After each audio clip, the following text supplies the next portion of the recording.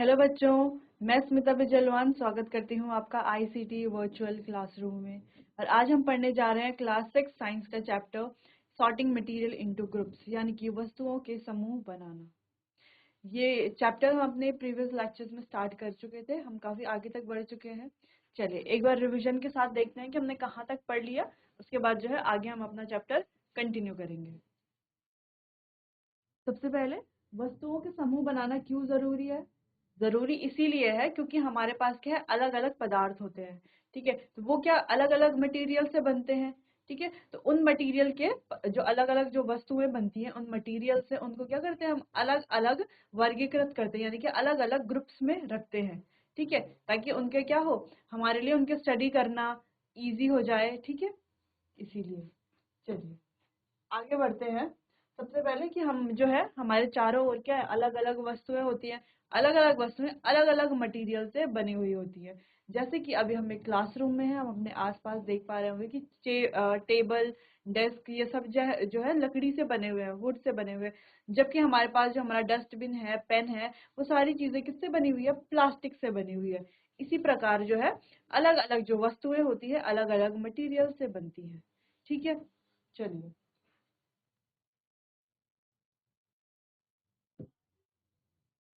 चलिए तो यहाँ पर कुछ एग्जांपल्स है। जैसे कि पेंसिल जो है हमारा प्लास्टिक से भी बनता है, मेटल से भी बनता है। आगे बुक्स, नोटबुक्स जो हमारी होती हैं वो कागज से बनती हैं। ठीक है, किताबें या कॉपी जिसको हम बोलते हैं। चेयर यानी कि जो कुर्सी होती है वो हमारी लकड़ी से बनती है, स्टील से बनती है, लोहे से भी बनती है। ठीक है, आगे बेल्ट है वो चमड़े से भी बनती है, प्लास्टिक से भी बनती है। आगे बेड है वो लकड़ी से बनता है, स्टील से बनता है और लोहे से भी बन सकता है। नाइफ यानी कि चाकू जिसको हम बोलते हैं, नाइफ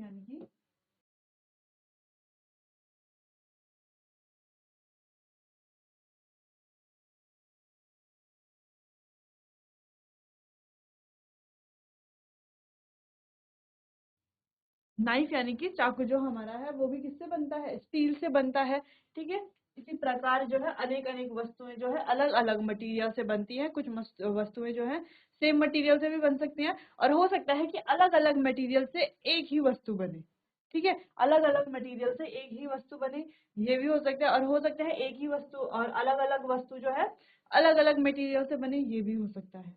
ठीक है, चलिए आगे बढ़ते हैं कि मटेरियल के दो महत्वपूर्ण गुण क्या होते हैं। पहला गुण कि वो स्पेस ऑक्यूपाई करते हैं, यानी कि वो जगह घेरते हैं। दूसरा गुण क्या है कि उनमें कुछ ना कुछ उनका वजन होता है। ठीक है, कुछ ना कुछ उनका क्या होता है, मास होता है। तो पहला वो स्पेस ऑक्यूपाई करते हैं, दूसरा उनका कुछ ना कुछ मास होता है।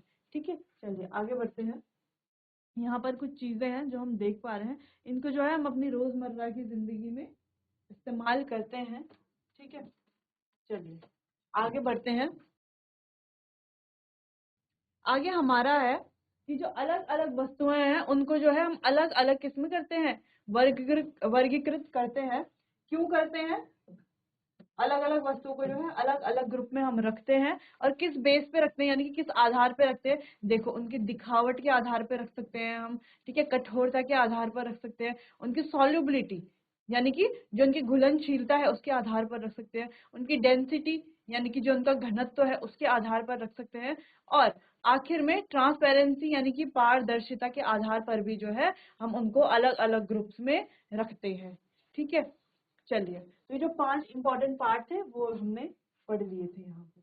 अब सबसे पहले हमने अपीयरेंस के बारे में पढ़ा था। अपीयरेंस में हमने क्या देखा था कि अलग अलग मटेरियल जो है उनसे अलग अलग वस्तुएं बनती हैं। और अलग अलग मटेरियल क्या होते हैं, एक दूसरे से दिखने में भी अलग अलग होते हैं। जैसे कुछ वस्तुएं प्लास्टिक की बनी होती है और कुछ वस्तुएं जो है कागज की बनी हुई होती है। तो देखने से ही हमें पता चल जाता है, प्लास्टिक जो है, पेपर जो कागज है उससे अलग दिखता है। वैसे ही कुछ वस्तुएं जो है कागज से बनती है, कुछ वस्तुएं लकड़ी से बनती है। तो कागज से बनी वस्तुएं लकड़ी से बनी वस्तुओं से भिन्न अपने आप ही दिख जाती हैं। उसी प्रकार जो है हमारा लोहे से बनी वस्तुएं, एल्यूमिनियम से बनी वस्तुएं, सारी वस्तुएं हमें अलग अलग दिख जाती है। ठीक है, आगे कुछ अच्छा, कुछ मटेरियल ऐसे होते हैं हमारे पास जिनमें क्या होती है, चमक होती है। ठीक है, तो अपीयरेंस के बेस पे यानी कि दिखावट के आधार पर जब हम मटेरियल को वर्गीकृत करते हैं तो दो भागों में वर्गीकृत करते हैं, एक मेटल और एक नॉन मेटल। यानी कि मेटल्स में क्या आते हैं जिनमें लस्टर होती है, यानी कि जिसमें कुछ शाइन या चमक होती है। नॉन मेटल्स में हमारे वो वस्तुएं आती हैं जिनमें क्या होता है, लस्टर नहीं होता, या हम जिनको नॉन लस्टरस बोल सकते हैं, यानी कि जिनमें चमक नहीं होती। ठीक है, चलिए। तो जो मेटल्स होते हैं जिनमें लस्टर यानी कि चमक होती है वो कुछ हमारे इस प्रकार, गोल्ड जैसे कि सोना, सिल्वर यानी कि चांदी, कॉपर यानी कि तांबा। ठीक है, तो ये हमारे कुछ मेटल्स हैं, या लस्टरस आइटम्स हम बोल सकते हैं कि इनमें क्या होता है, लस्टर यानी कि शाइन कुछ ना कुछ हमें देखने को मिलती है। अगला हमारा नॉन लस्टरस यानी कि नॉन शाइनी, जिनमें शाइन नहीं होती, कम होती है। ठीक है, वो क्या होते हैं जिनमें शाइन नहीं होती, वो हमारे सल्फर है, रेड फास्फोरस है। इसके अलावा और भी कई हमारे नॉन मेटल्स होते हैं, और भी कई आइटम्स हमारी होती हैं। ठीक है, तो हम सिर्फ मेटल नॉन मेटल नहीं बोल सकते, इसलिए हमने यहाँ पर लिखा है कि लस्टरस आइटम्स, और यहाँ पर लिखा है नॉन लस्टरस आइटम। तो लस्टरस आइटम जिसमें कुछ ना कुछ चमक होती है, और नॉन लस्टरस आइटम जिसमें कुछ ना जिसमें चमक नहीं होती। चलिए, अब आगे बढ़ने से पहले एक बार इसे देख लीजिए।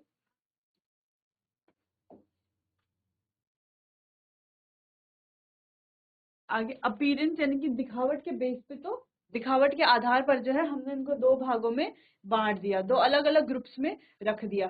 एक जिनमें लस्टर यानी कि कुछ चमक होती है, दूसरा नॉन लस्टर यानी कि जिनमें चमक नहीं होती। आगे बढ़ते हैं। आगे हम हार्डनेस के बेस पे यानी कि हार्डनेस यानी कि कठोरता के आधार पर जो है इनको वर्गीकृत करेंगे। किसको वर्गीकृत करेंगे, जो हमारे मटेरियल्स होंगे। ठीक है, तो कठोरता के आधार पर दो तरीके के हमारे मटेरियल होते हैं, एक जो कठोर होते हैं और दूसरे जो कोमल होते हैं। ठीक है, तो कठोर जिनको हम हार्ड बोलते हैं, हार्ड मटेरियल्स, और कोमल जिनको हम सॉफ्ट मटेरियल्स बोलते हैं। ठीक है, चलिए। अब हार्ड मटेरियल्स क्या होते हैं और सॉफ्ट मटेरियल्स क्या होते हैं, तो जैसे कि हम अपने प्रीवियस सेशन में भी डिस्कस कर चुके हैं कि जो हार्ड मटेरियल्स होते हैं उनको कंप्रेस करना यानी कि दबाना क्या होता है, आसान होता है, और स्क्रैच करना यानी कि खरोचना भी आसान होता है। ठीक है, क्या समझे हम, कि जो हमारे सॉफ्ट मेटल्स होते हैं, सॉफ्ट मटेरियल होते हैं, यानी कि कोमल कोमल जो हमारे पदार्थ होते हैं, उनको दबाना और खरोचना क्या होता है, आसान होता है, इजी होता है। ठीक है, जैसे कि हम एक एग्जांपल लें, तो यहाँ पर एक एग्जांपल लेते हैं कुछ इस तरीके से, इरेजर।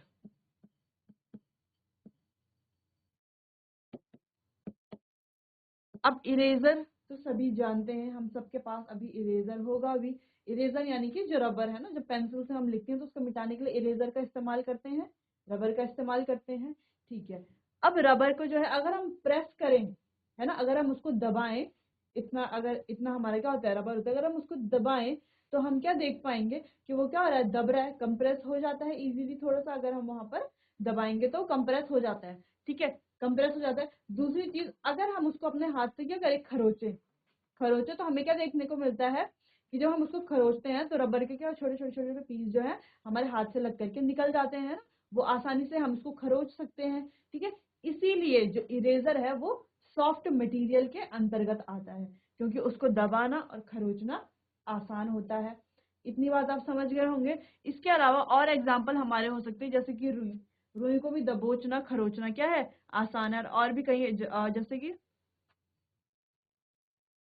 ये जो धागा हमारे पास होता है, ठीक है, जिससे हम क्या करते हैं, स्वेटर बनाते हैं ना, ऊन का गोला हम जिसको बोलते हैं, ऊन का धागा, ये भी क्या है, सॉफ्ट मेटल मटेरियल है हमारा। ठीक है, उसके अलावा यहाँ पे कई सारे एग्जाम्पल हैं, तो ये आप जो है अपनी कॉपी में नोट कर सकते हैं कि सॉफ्ट मटेरियल हमारे कौन कौन से होते हैं। उसके अलावा आप अपने आसपास देख करके सॉफ्ट मटेरियल को जो है आइडेंटिफाई कर सकते हैं कि कौन से हमारे सॉफ्ट मटेरियल्स हैं। आगे बढ़ते हैं, अब हार्ड मटेरियल की तरफ बढ़ते हैं। अब हार्ड मटेरियल वो मटेरियल जिनको दबाना क्या है, बहुत ही डिफिकल्ट है। अगर हम उनको कंप्रेस करेंगे तो वो इजीली नहीं दबेंगे। दूसरी चीज, उनको स्क्रैच भी हम नहीं कर सकते, यानी कि उनको खरोचा भी नहीं जा सकता। जिस प्रकार ये पेन मेरे हाथ में है, ठीक है, अब ये पेन को अगर मैं कितना भी कोशिश करूं दबाने की, तो ये बिल्कुल भी कंप्रेस नहीं होगा। ठीक है, बिल्कुल भी कंप्रेस नहीं होगा। दूसरी चीज, मैं कितना भी इसको हाथ से खरोचने की कोशिश करूं या किसी चीज से खरोचने की कोशिश करूं, तो ये क्या होगा, खरोचा नहीं जाएगा। यानी कि ये क्या है, हमारा एक हार्ड मटेरियल है। क्या है, हार्ड मटेरियल। इसी प्रकार आपके आसपास भी जो होंगे कई सारे हार्ड मटेरियल्स होंगे। इसलिए हमने आपको एक एक्टिविटी दी थी कल करने के लिए कि अपने आसपास के 5 हार्ड मटेरियल और 5 सॉफ्ट मटेरियल, यानी कि 5 जो है कठोर मटेरियल, कठोर आइटम, और 5 जो है कोमल मटेरियल, कोमल आइटम आपको यहाँ पर लिखने हैं। ठीक है, तो ये आपने लिख दिया होगा इजीली, आपको 5-5 चीजें तो मिल ही गई होंगी।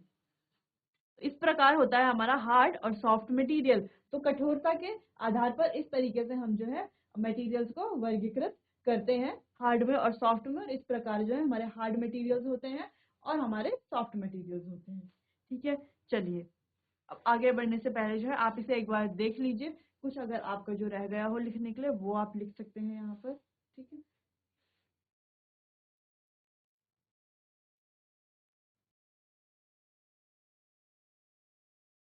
चलिए। तो हार्डनेस यानी कि कठोरता के आधार पर तो हमने देख लिया किस तरीके से हार्ड और सॉफ्ट होते हैं। अब आगे बढ़ते हैं। आगे हमारी सॉल्युबिलिटी यानी कि घुलनशीलता, जो विलेय और अविलेय हमारे विलयन होंगे। ठीक है, चलो अब यहाँ पर जो है दो पार्ट हमें पढ़ने हैं, दो यानी कि सॉल्युबिलिटी को भी, सॉल्युबिलिटी को भी क्या है, दो पार्ट में डिवाइड कर दिया गया है। ठीक है, यानी कि दो भाग में उसको वर्गीकृत कर दिया गया है। एक हमारे जो विलय होते हैं और एक हमारे जो अविलय होते हैं। विलय यानी कि जो घुल जाते हैं। ठीक है, जो क्या होता है आपस में क्या हो जाते हैं, हम बोल सकते हैं कि आपस में लुप्त हो जाते हैं। और अविलय जो आपस में लुप्त नहीं होते या जो आपस में घुलते नहीं है। ठीक है, तो चलिए यहाँ पर पढ़ते हैं कि materials that cannot be dissolved in water upon stirring are said to be soluble materials।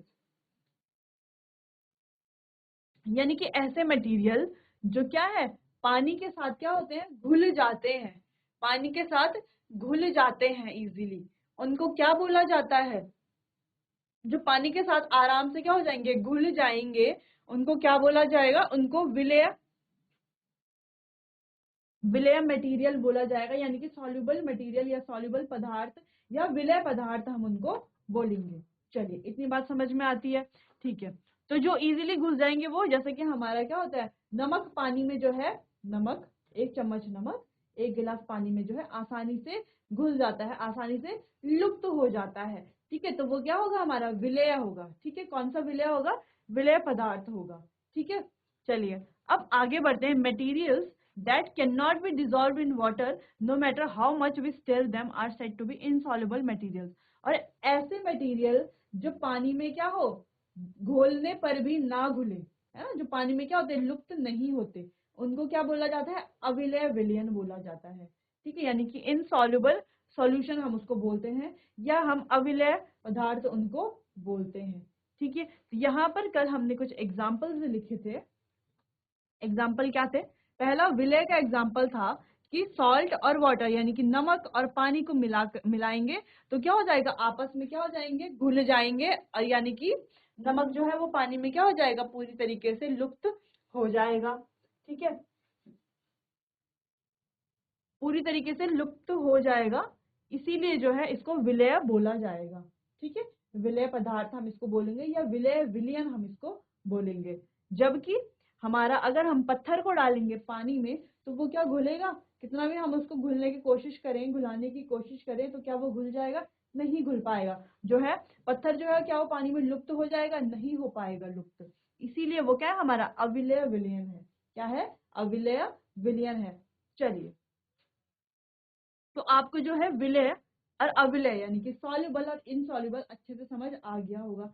जो आसानी से घुल जाता है या आसानी से एक दूसरे में लुप्त हो जाते हैं वो क्या होते हैं, हमारे विलय होते हैं, और जो नहीं घुल पाते वो अविलय होते हैं। चलिए अब यहाँ पर जो है कुछ एग्जाम्पल्स करते हैं। ठीक है, कुछ एग्जाम्पल्स करते हैं, पहले आप उसे कीजिएगा। ठीक है, अगर आपको नहीं आएगा तो फिर हम उसको यहाँ पर जो है उसको करेंगे। चलिए, तो यहाँ पर कुछ इस तरीके से है। पहला यहाँ पर चॉक पाउडर। ठीक है, चॉक पाउडर यहाँ पर है। दूसरा यहाँ पर है सरसों का तेल।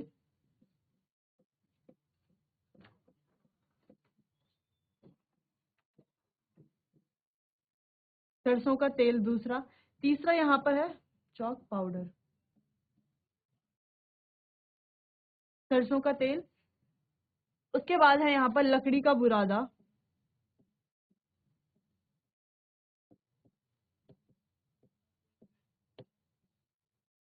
लकड़ी का बुरादा।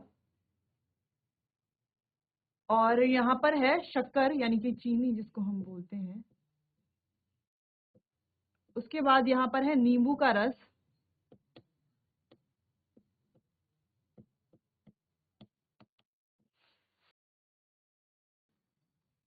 ठीक है, तो यहाँ पर जो है 1 2 3 4 5, तो यहाँ पर जो है 5 हमको चीजें दी गई हैं।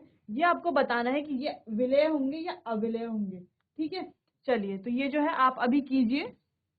उसके बाद अगर नहीं आएगा फिर मैं इसको आपको बताती हूँ, पहले आप इसे खुद से कीजिए। ठीक है, तो सबसे पहले लिखा हुआ है चॉक पाउडर, फिर लिखा है सरसों का तेल, फिर लिखा है लकड़ी का बुरादा, फिर चीनी, फिर नींबू का रस। ठीक है, चलिए।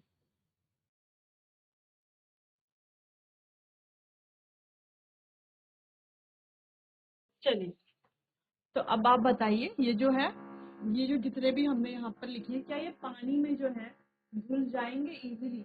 पानी में जो है लुप्त हो जाएंगे या लुप्त नहीं होंगे, या पूरी तरीके से मिश्रित हो जाएंगे या पूरी तरीके से मिश्रित नहीं होंगे?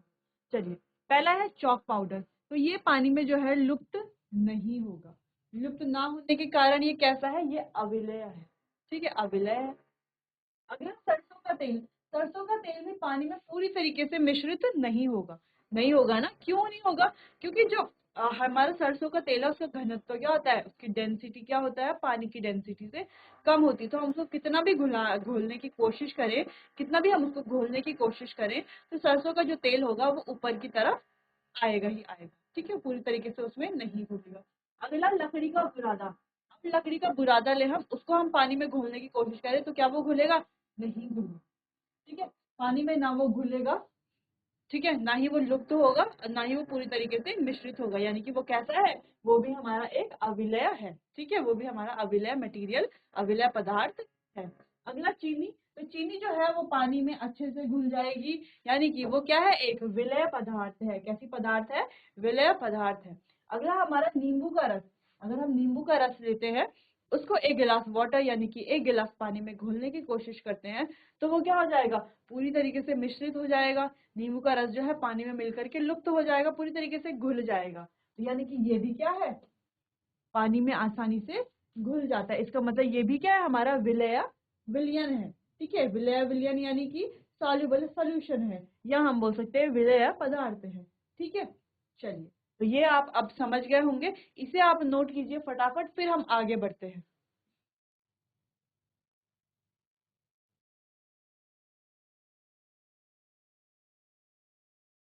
चलिए, तो अब आपको सॉल्युबिलिटी यानी घुलनशीलता में विलय अविलय, सॉल्युबल इनसॉल्युबल जो है अच्छे से समझ आ गया होगा। ठीक है, अगर आपके एग्जाम्स में याद है तो आप इसको इजीली जो है वो लिख पाएंगे आंसर। ठीक है, चलिए अब आगे बढ़ते हैं डेंसिटी की तरफ। डेंसिटी यानी कि जो घनत्व होता है उसे हम डेंसिटी बोलते हैं। डेंसिटी का फॉर्मूला मास अपॉन वॉल्यूम होता है। ठीक है, मास को केजी से और वॉल्यूम को मीटर क्यूब से आप लिखते हैं, इसकी एसआई यूनिट बन जाती है केजी पर मीटर क्यूब। ठीक है, चलिए, तो अभी सिर्फ आपके लिए इतना ही इम्पोर्टेंट है कि डेंसिटी जो हमारी होती है वो क्या होती है? मास पर यूनिट वॉल्यूम है ना। ये मास है, ये पर यूनिट वॉल्यूम ऑफ किसी भी पदार्थ का मास अपॉन वॉल्यूम जो है उसकी डेंसिटी कहलाती है। अगर हम बोले हमें किसी भी पदार्थ की डेंसिटी निकालनी है, ठीक है, अगर हम बोले हमें ऑयल की डेंसिटी निकालनी है या वाटर की डेंसिटी निकालनी है, देखो अगर हमें ऑयल की या पानी की या किसी भी चीज की डेंसिटी निकालनी है तो हमें उसका मास पता होना चाहिए और वॉल्यूम पता होना चाहिए। अगर हमें उसका मास पता है और वॉल्यूम पता है तो हम उसकी डेंसिटी निकाल सकते हैं। ठीक है, इजी है। ठीक है, अगर हमारे पास डेंसिटी हमें पता है और मास हमें पता है, डेंसिटी और मास अगर हमें पता है तो हम आसानी से उसका वॉल्यूम भी निकाल सकते हैं। दूसरी बात, अगर हमें डेंसिटी और वॉल्यूम पता है, अगर डेंसिटी और वॉल्यूम पता है तो हम मास भी निकाल सकते हैं। ठीक है, तो एक ही फॉर्मूले से हम 3 चीजें निकाल सकते हैं। लेकिन अभी ये आपके लिए इम्पोर्टेंट नहीं है। अभी जो है ये आप जो है अब हायर क्लासेस में पढ़ेंगे। लेकिन तब तक के लिए सिर्फ आपको ये पता होना चाहिए कि डेंसिटी जो है वो क्या होता है? मास अपॉन वॉल्यूम, यानी कि मास पर यूनिट वॉल्यूम किसी पदार्थ का। ठीक है। और इसकी जो एसआई यूनिट होती है वो होती है किलोग्राम्स पर मीटर क्यूब।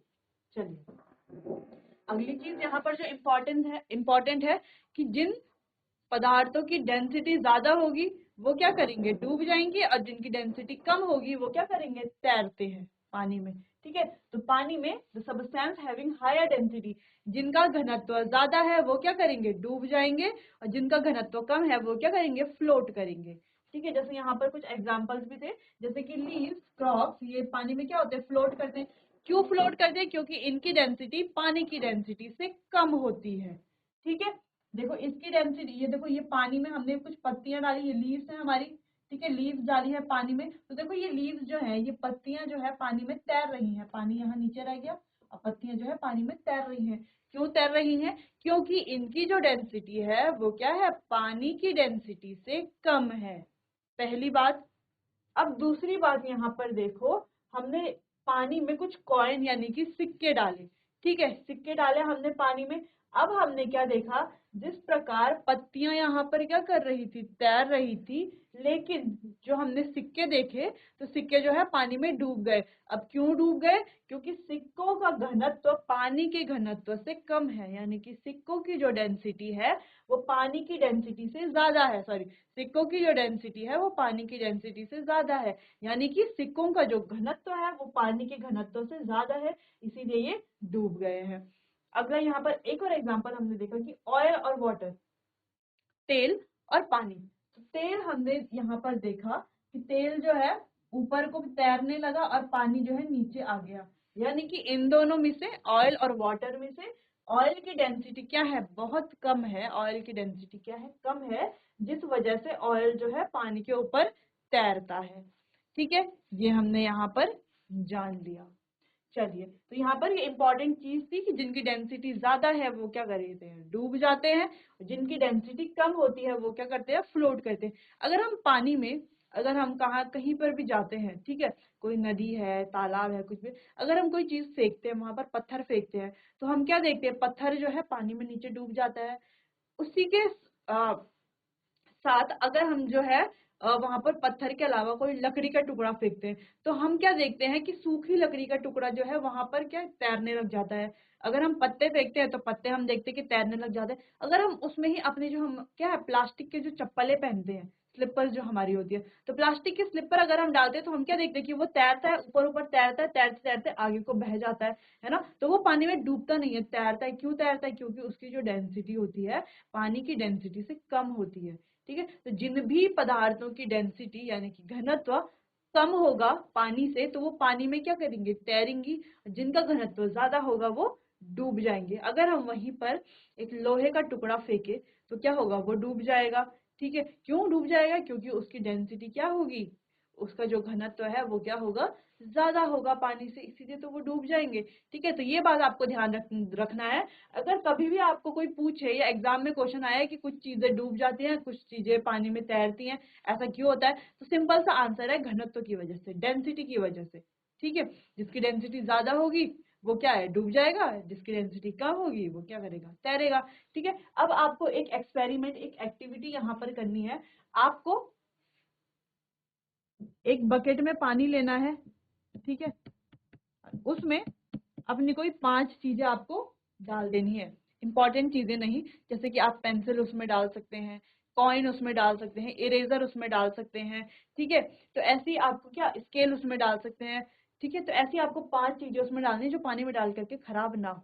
तो ऐसी आपको 5 चीजें डालनी है। तो उनमें से आप क्या देखेंगे, कुछ चीजें क्या होंगी, वो तो डूब जाएंगी, कुछ चीजें आप देखेंगे कि डूब जाएंगी, और कुछ चीजें आप देखेंगे कि पानी के ऊपर ही रहेंगी। अब जो चीजें डूब जाएंगी, यानी कि यहाँ से आपको क्या पता चलेगा कि जो चीजें पानी में डूब गई हैं उनकी डेंसिटी पानी की डेंसिटी से ज्यादा है, और जो चीजें पानी में जो है तैर रही हैं उनकी डेंसिटी पानी की डेंसिटी से कम है। ठीक है, चलिए, तो ये जो है आपको समझ आ गया होगा, इसे नोट कीजिए फटाफट, फिर हम आगे बढ़ते हैं चैप्टर में।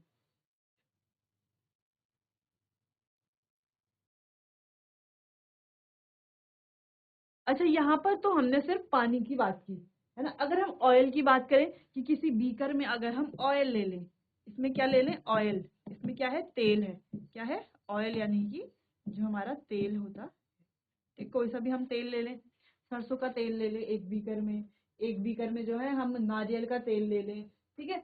और सेम चीजें दोनों में डाल के देखें, है ना। अगर पत्तियां हैं तो दोनों में हम पत्तियां डालें, नारियल के तेल में भी और सरसों के तेल में भी। दोनों में हम एक एक कॉइन डाल करके देखें, दोनों में जो है हम पेंसिल डाल करके देखें, ठीक है। तो इससे हमें क्या पता चलेगा कि उनकी डेंसिटी जो है ऑयल की डेंसिटी से कम है या ज्यादा है। अगर वो तैरते हैं तो यानी कि उनकी डेंसिटी जो है ऑयल की डेंसिटी से कम है, और अगर वो डूबते हैं तो उनकी डेंसिटी जो है ऑयल की डेंसिटी से ज्यादा है। तो ये जो एक्सपेरिमेंट है, ये जो प्रयोग है, आप घर में भी करके देख सकते हैं, जिससे कि आपको अच्छे से समझ आ जाएगा ये टॉपिक, ठीक है। चलिए, तो अब आप फटाफट इसे नोट कर लीजिए और फिर हम आगे बढ़ते हैं।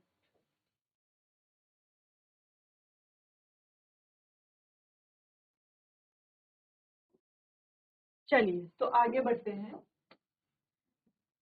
इस प्रकार जो है हमारे कुछ ये देखो, ये तैर रही है, यानी कि इनकी डेंसिटी क्या है, पानी की डेंसिटी से कम है। और यहाँ पर देखो, ये सिंक हो गया, सिंक होना यानी कि डूब जाना। तो यहाँ पर क्या है, ये डूब रही है, ठीक है। फ्लोट मतलब तैरना, सिंक मतलब डूबना।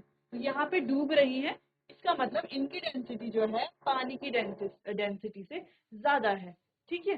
चलिए आगे बढ़ते हैं। आगे हमारा नेक्स्ट टॉपिक है ट्रांसपेरेंसी। ट्रांसपेरेंसी यानी कि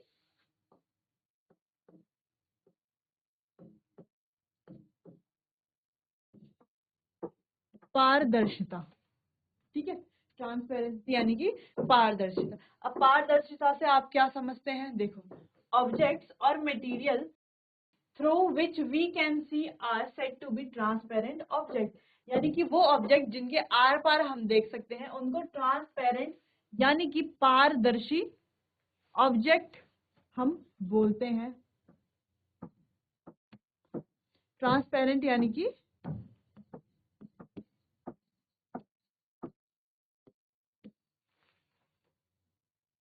ठीक है, ट्रांसपेरेंट यानी कि पारदर्शी ऑब्जेक्ट, यानी कि पारदर्शी वस्तुएं वो हमारी होती हैं। जैसे कि हम बोले हमारे पास क्या है, कोई ग्लास है ना, ग्लास है। तो ग्लास जो होता है हमारे पास, यानी कि कांच का एक शीशा अगर हम बोले तो उसके आर पार हम देख पाते हैं, बिल्कुल देख पाते हैं। और उसके आर पार जो है लाइट भी पूरी तरीके से पास होती है, ठीक है। उसके आर पार क्या है, लाइट भी पूरी तरीके से पास होती है। तो उसे हम क्या बोलते हैं, पारदर्शी वस्तुएं हम उन्हें बोलते हैं। जैसे कि हमारे पास यहाँ पर एक टॉर्च का सोर्स है, ठीक है। यहाँ पर हमने एक ट्रांसपेरेंट स्क्रीन लगाई है। ये स्क्रीन कैसी है, ट्रांसपेरेंट।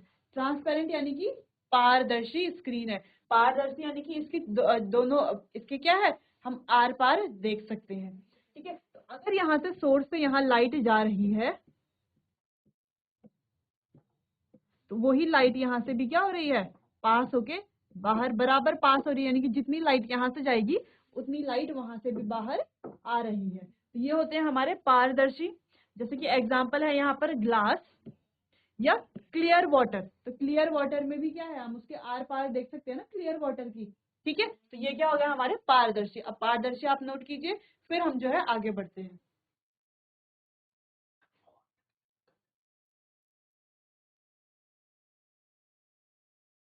चलिए आगे बढ़ते हैं। Object and material through which things can be seen but only partially are called translucent object, ठीक है। तो ऐसी वस्तुएं जिनके आर पार जो है हम नहीं देख सकते, थिंग्स यानी कि जिनके आर पार हम जो है चीजों को नहीं देख सकते, लेकिन हल्का फुल्का हम देख पाते हैं, धुंधला धुंधला हम हल्का फुल्का देख पाते हैं, तो उनको बोलते हैं ट्रांसल्यूशन ऑब्जेक्ट, यानी कि पारभाषी, पारभाषी वस्तुएं जो हमारी होती हैं, ठीक है। जैसे कि यहाँ पर बटर पेपर है, फ्रॉस्टेड ग्लास है। फ्रॉस्टेड ग्लास समझते हैं आप, जिसके आर पार हम पूरा नहीं देख पाते, लेकिन हल्का धुंधला धुंधला हम देख पाते हैं, ठीक है। जैसे कि यहाँ पर अगर हमारे पास एक टॉर्च का सोर्स है, ठीक है, ये हमारी क्या है, टॉर्च है, ठीक है। और यहाँ पर हमने क्या लगाया, बटर पेपर लगा दिया, क्योंकि बटर पेपर क्या है, हमारा एक ट्रांसल्यूशेंट है, ठीक है। या हमने फ्रॉस्टेड ग्लास लगा दिया, क्योंकि वो क्या हमारा ट्रांसल्यूशेंट यानी कि पारभासी है। तो यहाँ से अगर लाइट जा रही है, ठीक है, यहाँ से जो है अगर लाइट जा रही है, तो यहाँ से जो है कुछ ही लाइट हमको क्या हो रही है, कुछ ही लाइट रे क्या हो रही है, पास हो रही है, ठीक है। तो इस स्क्रीन के पार जो है कुछ ही लाइट रे पार हो रही है। तो ऐसे वस्तुओं को हम बोलेंगे ट्रांसल्यूसेंट यानी कि पारभासी वस्तुएं। ठीक है, चलिए आगे बढ़ते हैं। अब ऐसे ऑब्जेक्ट जिनके आर पार हम बिल्कुल नहीं देख पाते उनको बोलते हैं ओपेक ऑब्जेक्ट यानी कि अपारभासी, अपारदर्शी, उनको बोलते हैं अपारदर्शी वस्तुएं। जैसे कि हमारे पास हमारे धातु हैं, लकड़ी है, कार्डबोर्ड है, जैसे कि ये हमारा हाथ है। ये हम इस स्क्रीन के इस तरीके से लगाए तो हम और आप जो है एक दूसरे को नहीं देख पाएंगे, क्योंकि यहाँ पे क्या है, कैसी स्क्रीन लग गई, ओपेक ऑब्जेक्ट की स्क्रीन लग गई। ओपेक ऑब्जेक्ट यानी कि जिसके आर पार हम नहीं देख पाते, जिसको अपारदर्शी भी बोलते हैं। अगर देखो, अगर हम कोई टॉर्च यहाँ पर जलाते हैं, अगर हम हाथ का एग्जाम्पल लेते हैं, ठीक है, हाथ के ऊपर अगर हम टॉर्च जलाते हैं तो हम क्या देखते हैं कि यहाँ से कोई रे निकलती है, हमें कुछ उजाला देखने को मिलता है? नहीं देखने को मिलता है। क्यों नहीं देखने को मिलता है? क्योंकि हमारा हाथ कैसा है उसके रिस्पेक्ट में, वो हमारा ओपेक ऑब्जेक्ट है।